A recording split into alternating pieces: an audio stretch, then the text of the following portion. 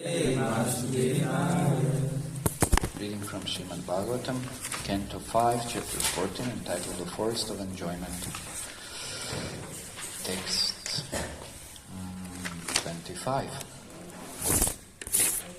Kvachichchita vatadi anekadi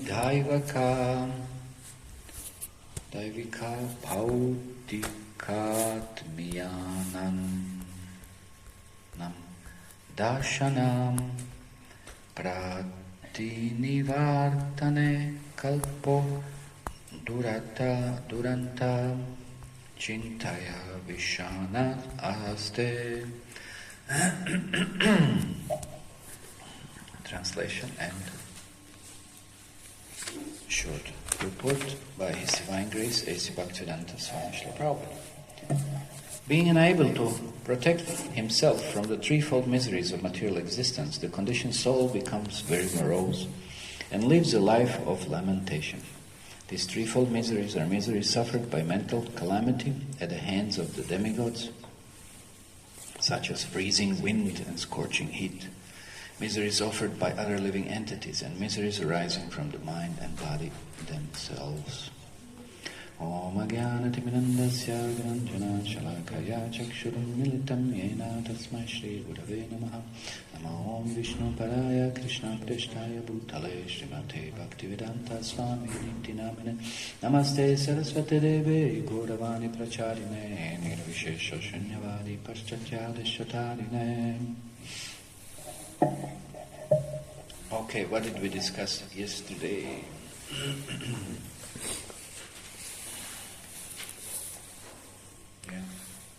People are cheating to each other in that all properties belong to Krishna and not belongs to us. Ishavasedam sarvam yadkincha jagatyam jagatdena tyakdena bunjita madgrirakasya sviddanam. One should only use whatever is allotted to him and not more. Otherwise, he is usurping property of the others. So Krishna has given everyone a certain amount of something. So that's all one should utilize, not more than that. Otherwise one then takes more than what required, and one becomes practically a thief. So everything is assigned, given, allotted by the Supreme Lord, and that much only one should use, not more than that. So if we involve ourselves in stealing, cheating, so many bad propensities for sake of trying to enjoy this material world, then we will definitely entangle ourselves into so many miseries of life. And then, as we saw or heard yesterday, somebody will cheat us. Somebody will steal from us. And this is what is going on. And this is, there's so many examples in life. And see, somebody takes from some place, somebody takes something, and then somebody takes from us, and then somebody takes from that person. So it's just, it's a vicious cycle. It's a vicious cycle. And that's what karma is. We do something wrong, then we can expect so many wrong things to happen to us.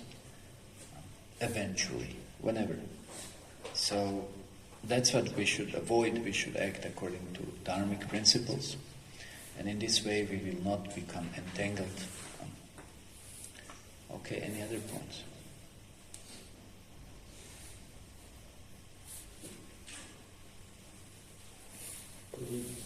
You mentioned about balance or regulation is the mode of goodness, property of goodness.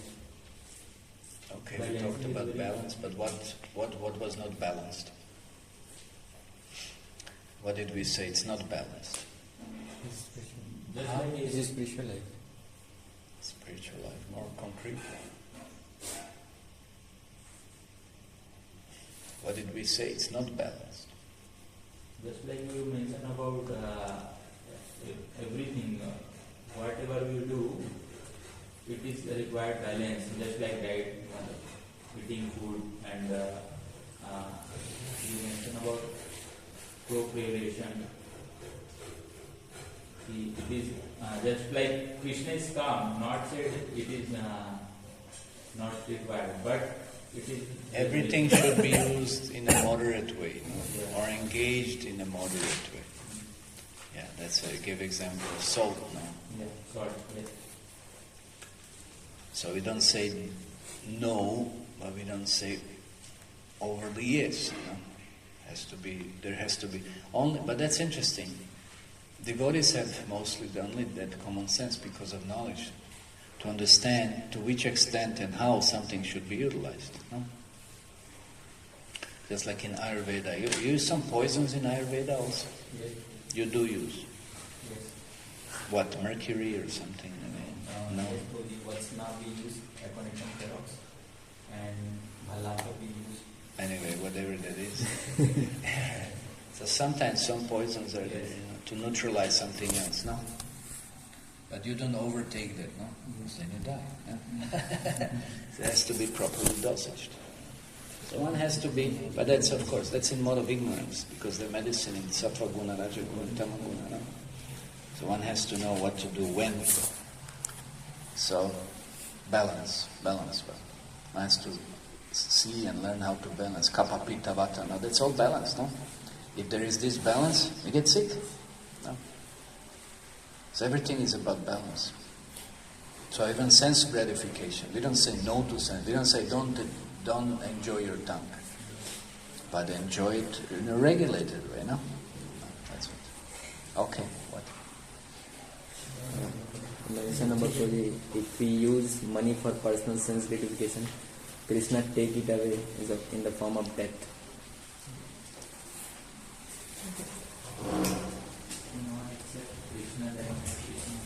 Yeah, we said that Lakshmi belongs to Krishna, Prabhupada was explaining.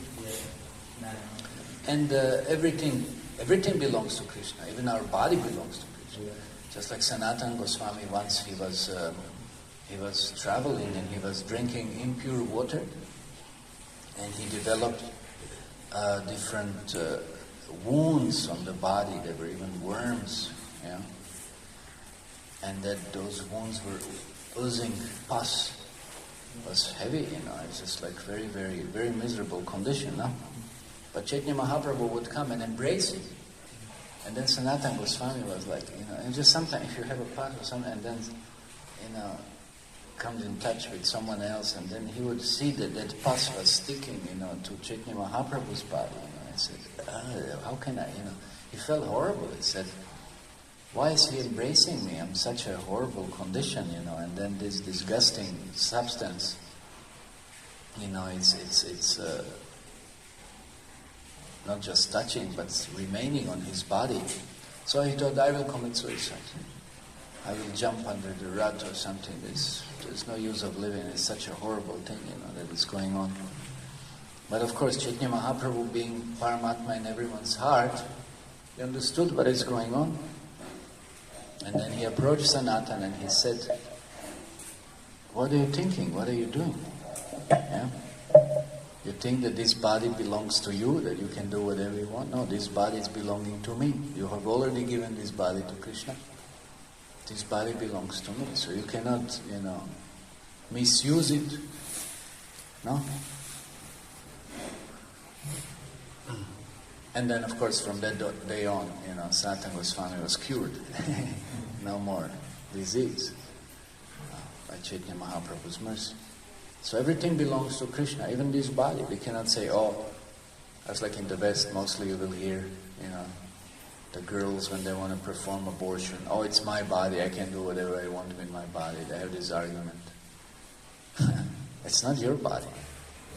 It's Krishna's body. And you're not thinking, what about that other body which is within your body? What about that? Yeah, but nobody thinks, nobody wants to think, nobody wants to have higher consciousness or consider anyone else. So that's why we are discussing this. That's why we have to understand that everything belongs to Krishna. Everything. And it's just given to us to use it in His service. That's what life is. If we don't like that, then we have a mentality of a demons. No? But even then, we will realize that whatever we are holding on to, whatever we are identifying with, it will be taken away. And if nothing else, then at the time of death, then we'll realize everything, nothing you can hold, will be just pulled out and placed somewhere else. No? So any possession, including the body, will be taken away from us. So that's the forest of material enjoyment. Let's say, when you want to enjoy life, no? People dream, just like our neighbors here or something. We get a new house, and we will enjoy, and we will be happy, and then everything will be great and nice. But nothing's ever great and nice. And so many other problems you have to maintain, and this house is breaking down, and then even when you die, again you have to leave that house. Huh? Sometimes people remain in the subtle bodies and this and that, so attached to this, but still, you cannot covet, you cannot hold upon it, you cannot have it. No? That's very interesting. But who understands that? Nobody understands this. Because people are trapped in that kind of sense-gratifying mentality. And they work hard, improving everything. They want to make everything so nice, so great, so that their enjoyment is wonderful.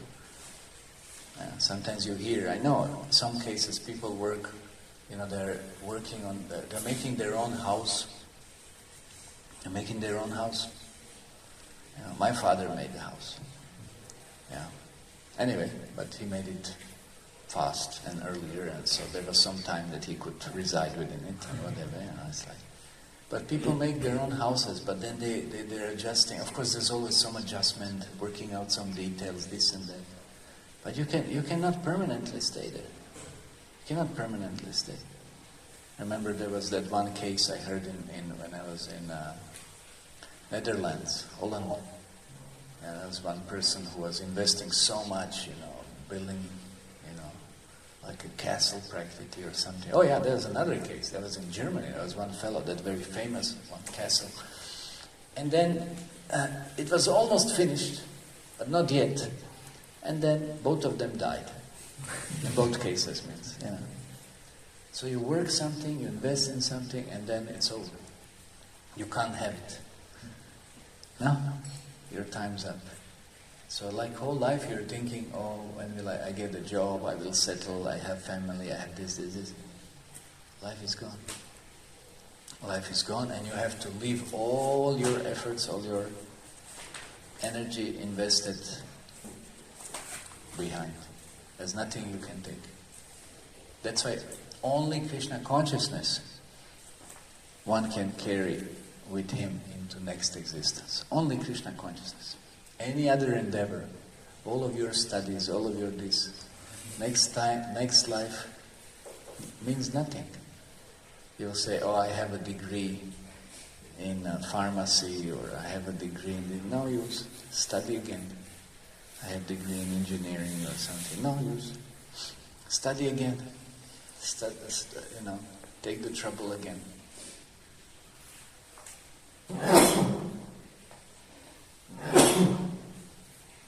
So,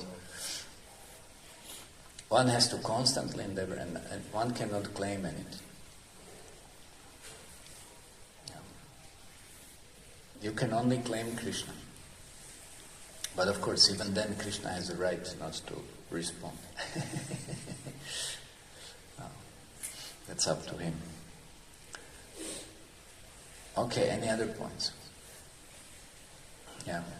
If we utilize energy of God in service of Him, then all places will come automatically. If you utilize energy for Krishna, then all the opulences will come automatically. Maybe example of Srila Prabhupada. Yeah, if we serve Krishna, Krishna will provide whatever we require. We don't have to separately endeavor for anything.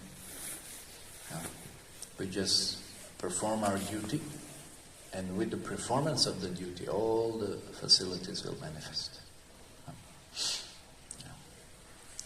Okay, anything else? No one remembers? Huh? That people forget their goal of life, so that's why they this type of activities and that's why that devotees reminding People don't just forget the goal of life, they don't even know what's the goal of life.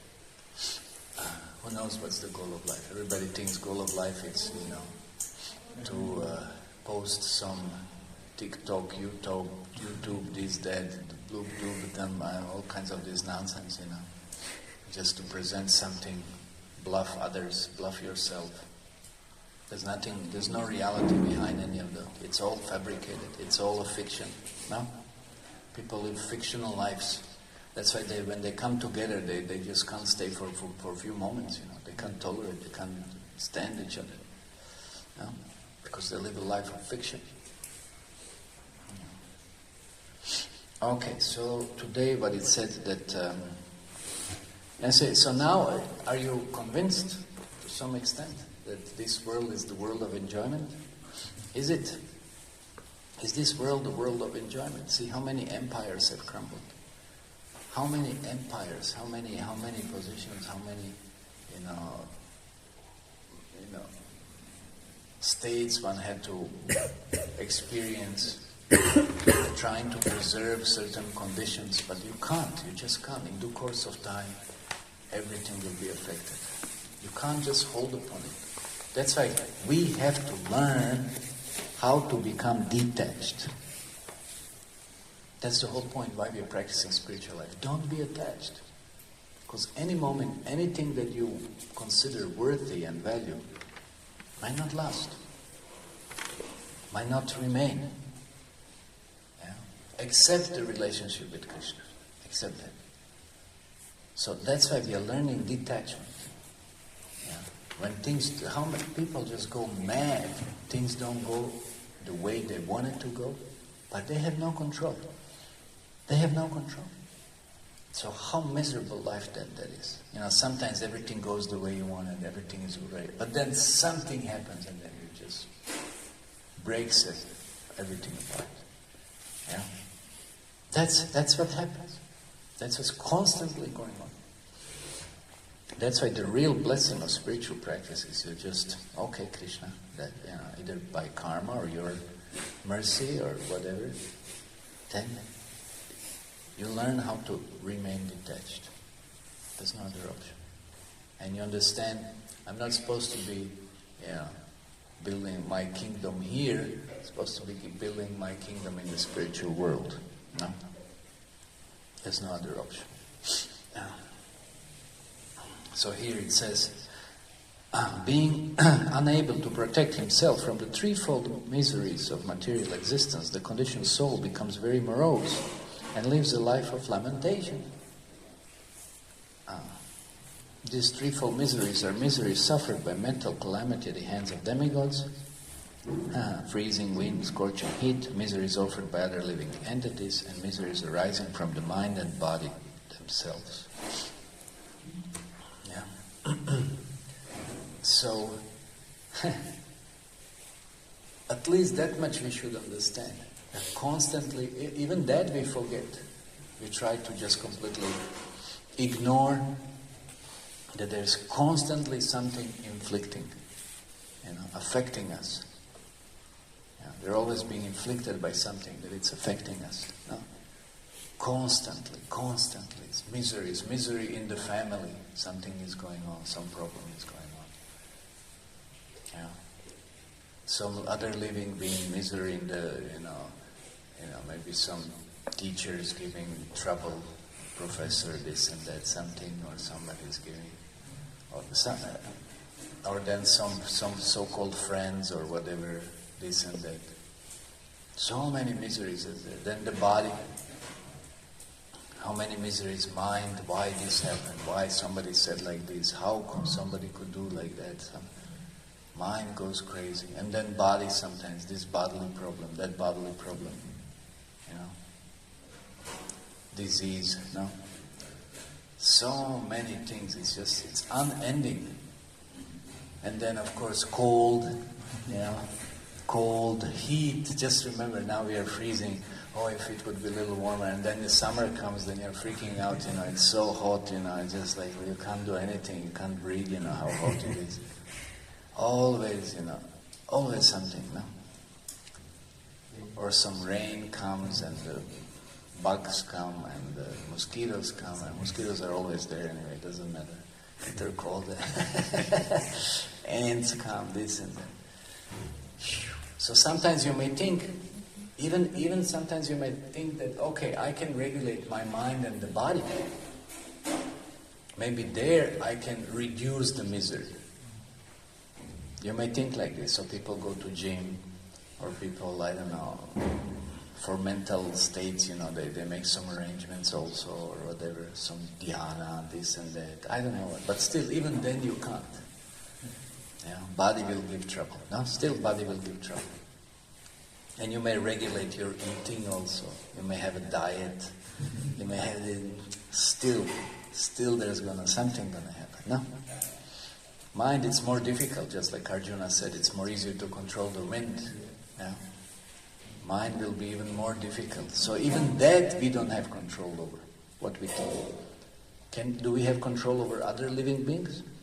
What they will do, how they will respond, how they will react, in relationship to us. No control. And then what to speak of weather? Such kind of conditions. Do we have any control? Absolutely no. Absolutely no. So these are we're trying to protect ourselves from all these miseries and suffering. But it's impossible. And then sometimes then you realize that's a good state actually, when we realize that that's not possible. Now we should start looking for some permanent solution, which means spiritual practice. No? Permanently understand it's just not possible to regulate anything here.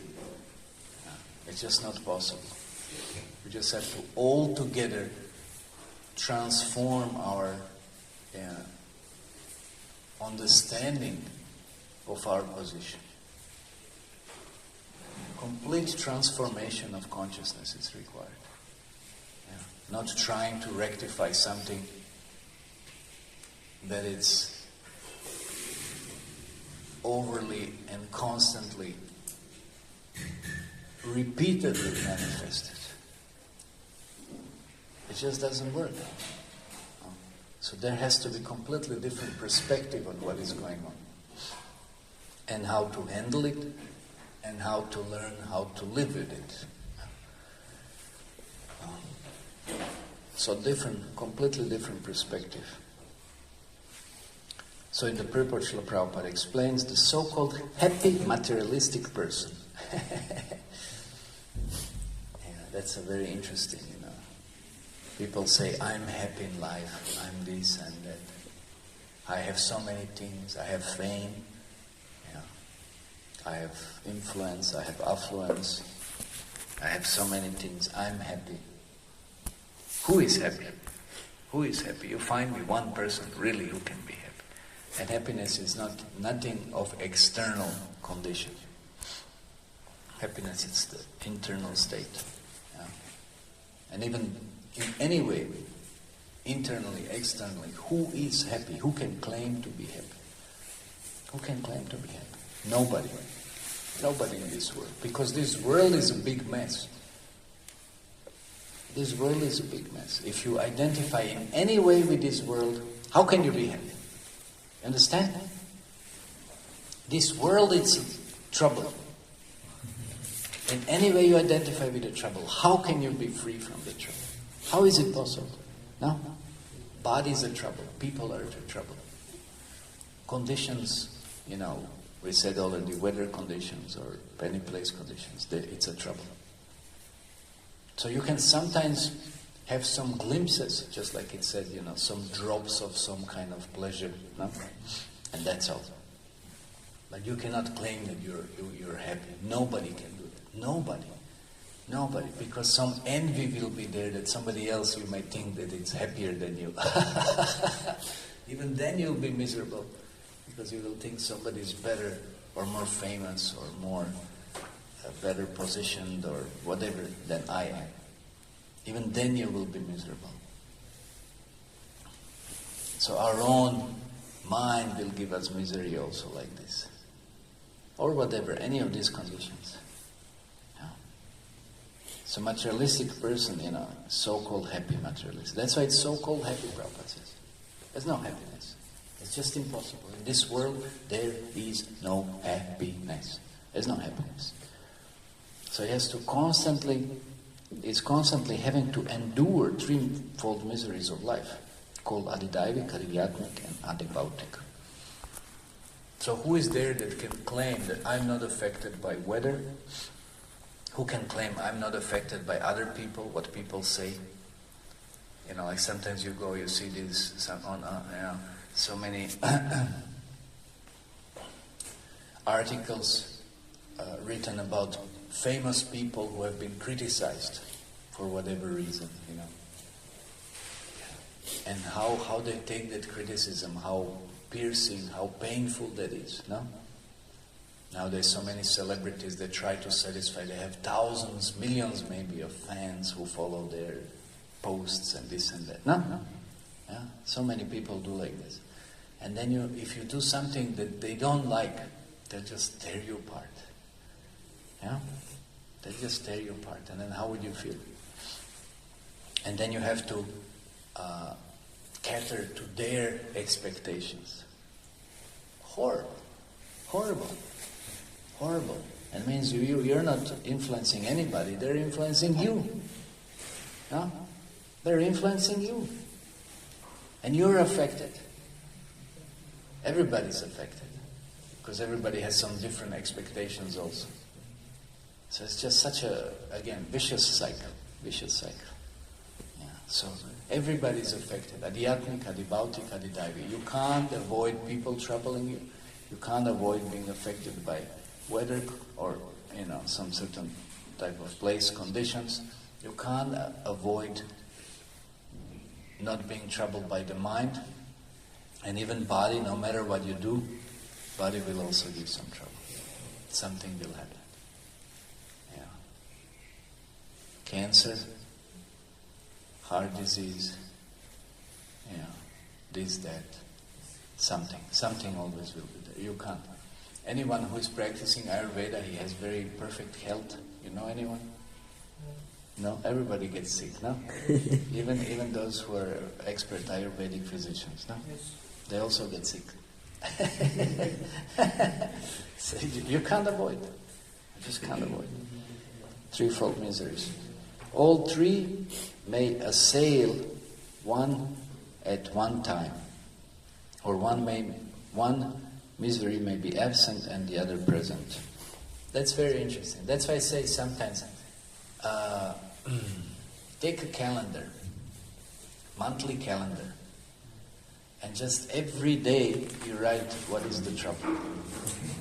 And I'm sure that every day there's going to be something. Just like yesterday, I couldn't sleep. I felt some heavy acidity. Such a trouble, such a burning. I don't know, this haldi maybe is too strong or something for me. Something. I'm not vegetable. Anyway, whatever, such a suffering.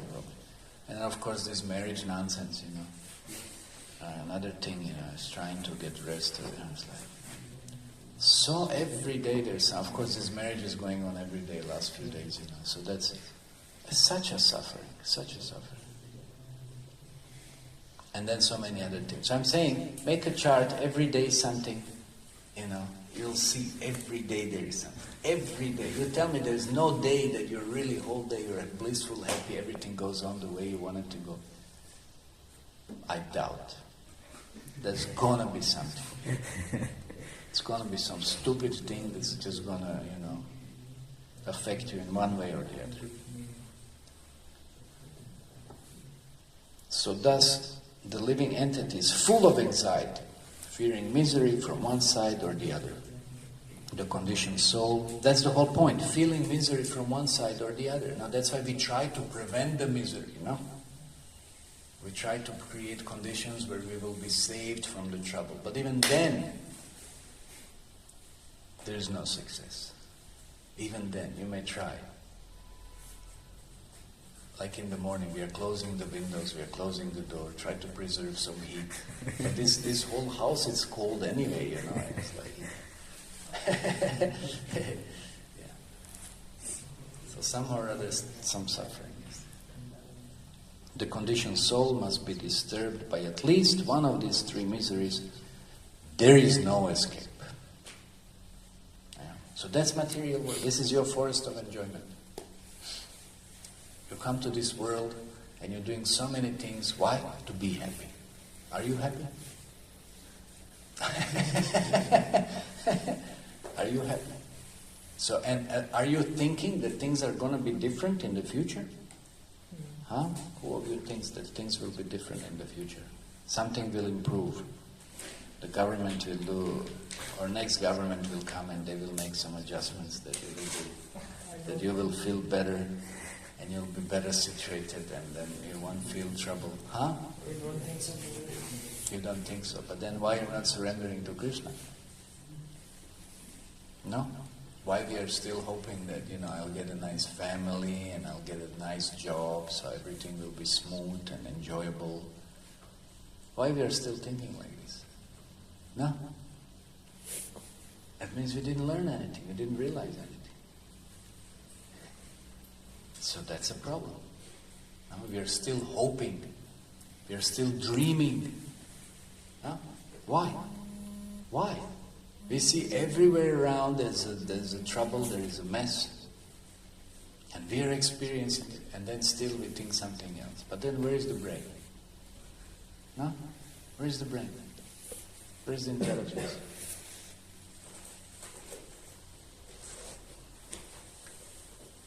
Things will never go better. Kali Yuga is just descending into darkest periods of time. Yeah, and we think things will improve, things will go better. The food we eat, full of pesticides and stuff, completely, without any nutrition almost, everything is killed and ruined and horrible. The air, there are all kinds of pollution, noise pollution, air pollution, water pollution, this pollution, that.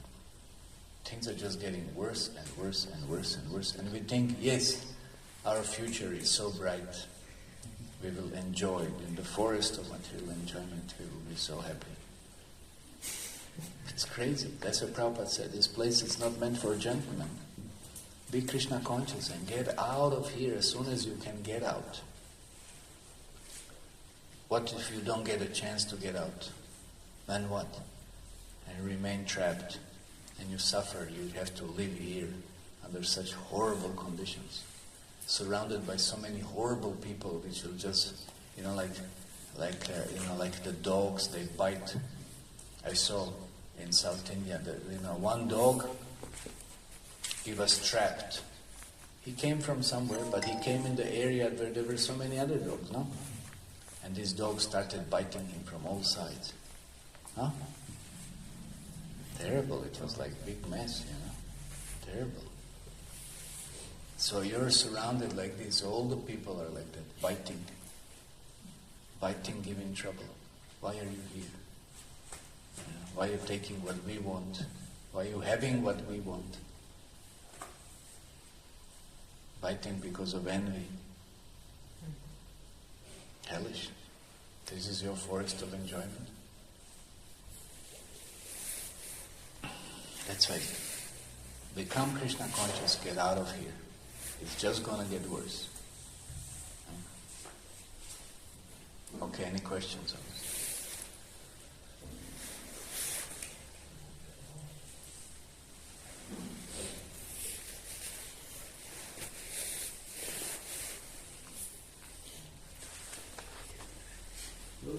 Yeah. Who is the most happy people in the world? Those who are not attached to anything. Not attached to position, not attached to body, not attached to any perception people have about them. And then only you can be happy. That's Bhagavatam says two types of people, no? Only Pagal and Paramahamsa. Both are happy. Yeah, both are happy. I mean, one thinks he's happy. I mean, one is just, so much in tamas he doesn't understand what's going on. And Paramahamsa, it's like a lotus in the water, but not touched by water. Yeah. Otherwise, everybody else is suffering. So that means 99, just like in that toll, 99.99, germs, killed, so stupid, yes. So anyway, 99.99 people are suffering, That's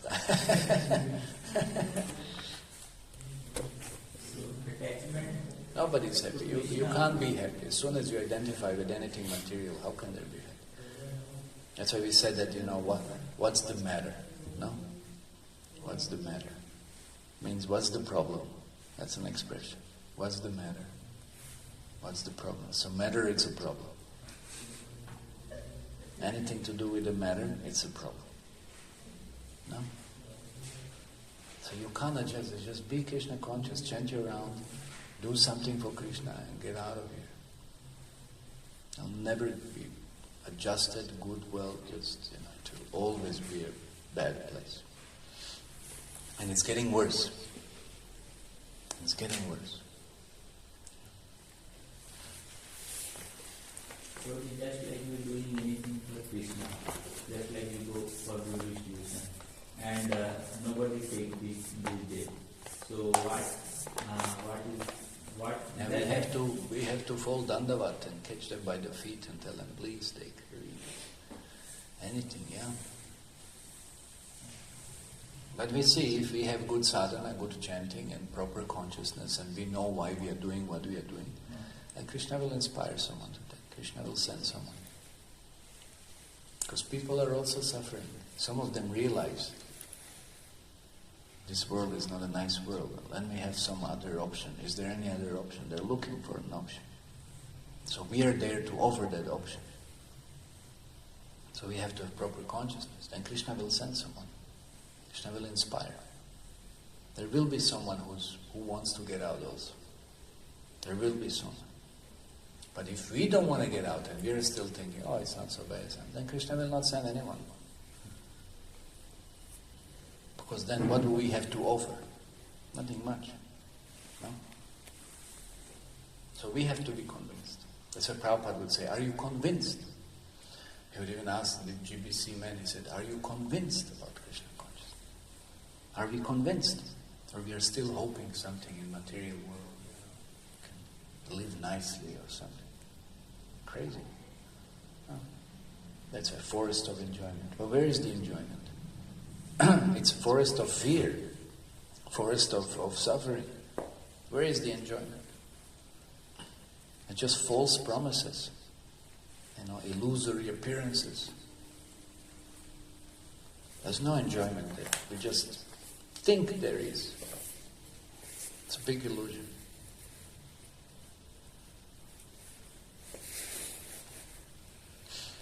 Okay, Srila Prabhupada ki jai, Srimad Bhagavatam ki jai.